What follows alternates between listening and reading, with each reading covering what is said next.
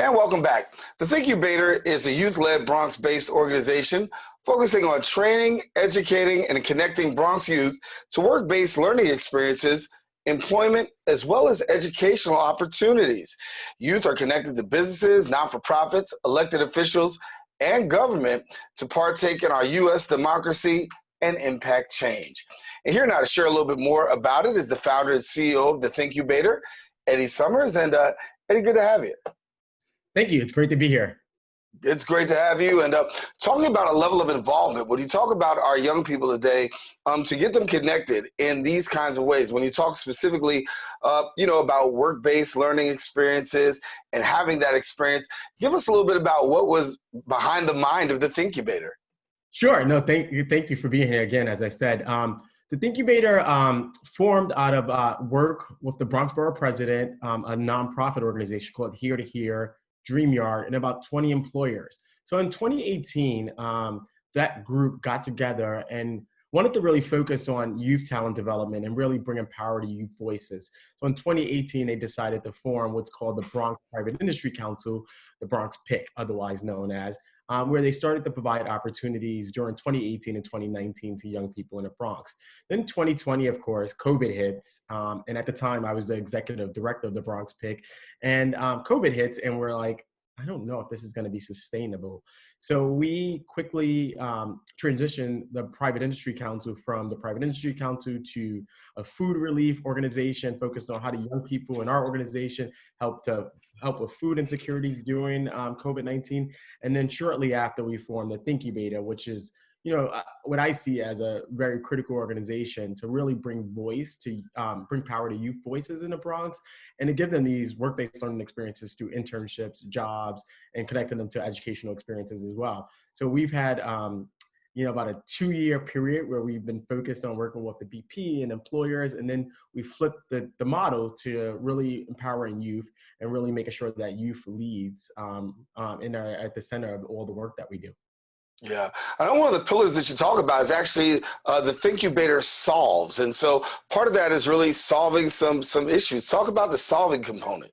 Sure. So we have a variety of different programs. So the Solves is one program that's of about 4 programs that we've developed in such a short time. So the Solves is our design thinking program that really focuses on giving young people an issue or challenge and partnering them with businesses or nonprofit organizations and letting them hack that challenge and letting them think beyond the walls. Oftentimes, we as adults and professionals think so institutional, right? We are formally educated. So we come at problem solving from those lenses. Well, youth don't have that, right? And so what we do with our Thinkubator Solves is allow young people to just hack issues and really think about those issues from their experiences or their inexperiences.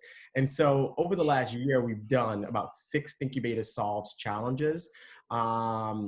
One with Great Performances, which is a catering company in the Bronx, to Spring Bank, which focuses on how you bank the unbanked population, which we have a large population here in the Bronx who are unbanked, to this summer where we had 3 really interesting challenges really around contemporary issues. We worked with Misha Ross Porter on school culture and how, as we are approaching young people going back to school, how to think about youth culture, school culture, how young people can think about the challenges that they're going to face with COVID in mind and with the combination of being remote and not remote. So the young people were able to give Dr.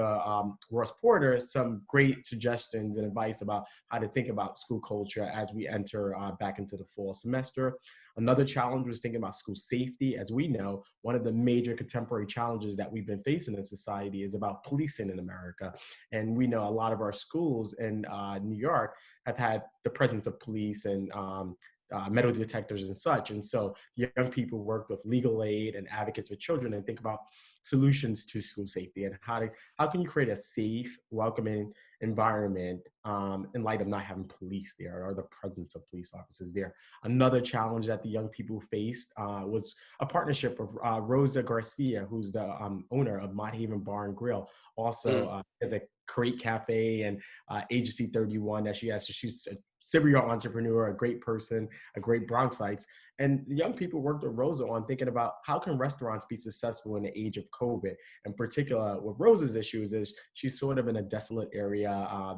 There's a lot happening there in terms of development, but how does a restaurant be successful with being in COVID, being outdoors, where fall is coming soon? We often have rain and colder weathers and temperatures. How can the restaurant be successful? So the young people were at the core of helping these businesses and these public agencies solve these issues.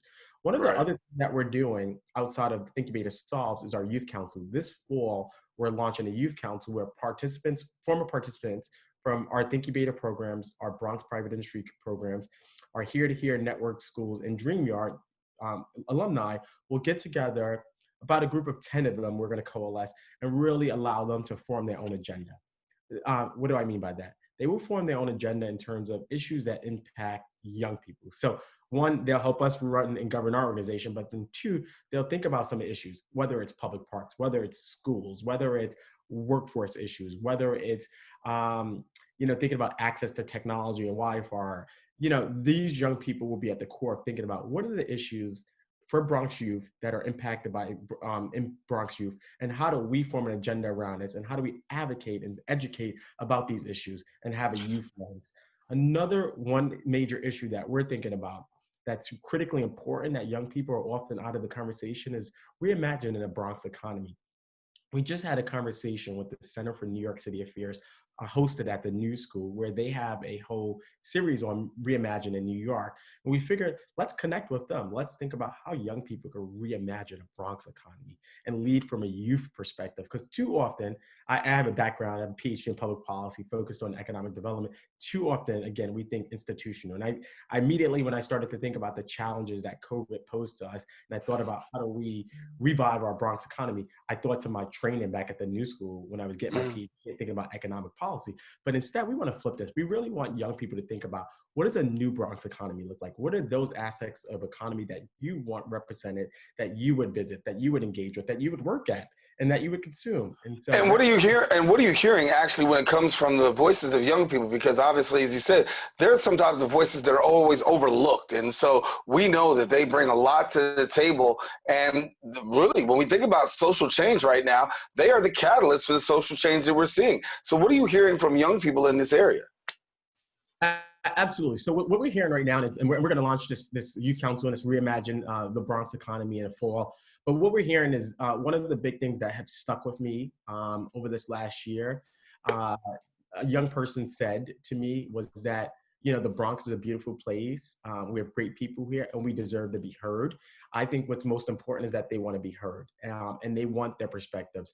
The young people are very shocking. They have a perspective on everything, of course, and so they just want to be heard. So we are actually going to launch this conversations with the young people with this youth council this fall. But preliminarily, as I spoke to young people this summer, talking about the economy, quite frankly, the young people are like, why don't we have things that were in Manhattan? Why don't we have, for instance, like, a yogurt shop in the Bronx, where, Candles 16 is all over Manhattan, but we don't really have fresh yogurt places in the Bronx that we can go to.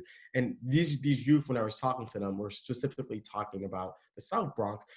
But more fundamentally, what they were saying was, why don't we evaluate what are the assets that other communities have that we don't have, that we're deficient in, and why don't we have some of those assets? Because we do purchase those items when we go to Manhattan and other locations, but we don't have it in the Bronx, and we would be willing to purchase it. So what's fundamental to that argument is that, like, really thinking fundamentally about what are the aspects of, like, for instance, a Manhattan economy that's made it so successful, and what's lacking in the Bronx, and why can't we bring those things here? Because we do have purchasing power. So that's fundamental of what the youth were trying to express to me. So I'm very much, and my team is very much looking forward to engaging over the next year in conversations about, again, outside of retail and outside of a Candle 16, what are those other aspects of an economy that you're looking for? What are those other things that you want to consume?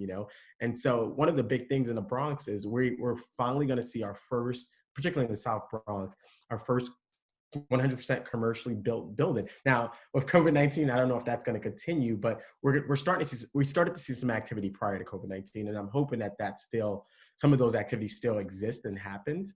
And so I'm looking forward to that. Another area that hopefully that we'll start to discuss as we think about the economy as well is the hospitality sector, for instance, that was starting to grow really big.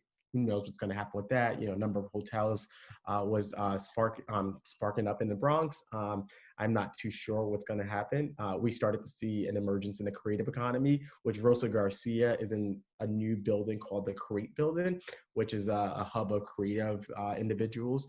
So I'm very much looking forward to first of all, we heard a lot from the summer, but looking forward to having very directed conversations with young people about what do they imagine the Bronx economy to be? What do they see for themselves? What is the future that they want?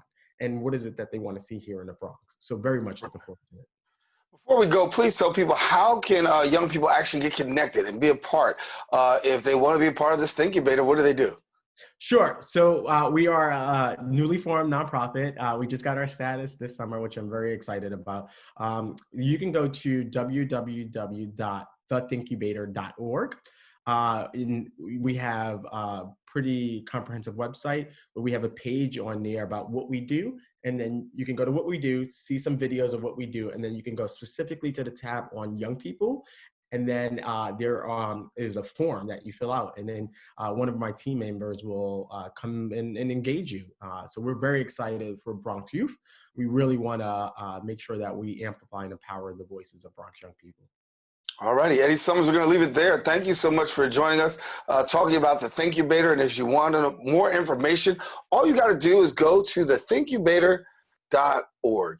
Want you to stay with us. We do have more open coming up. We'll be right back right after this.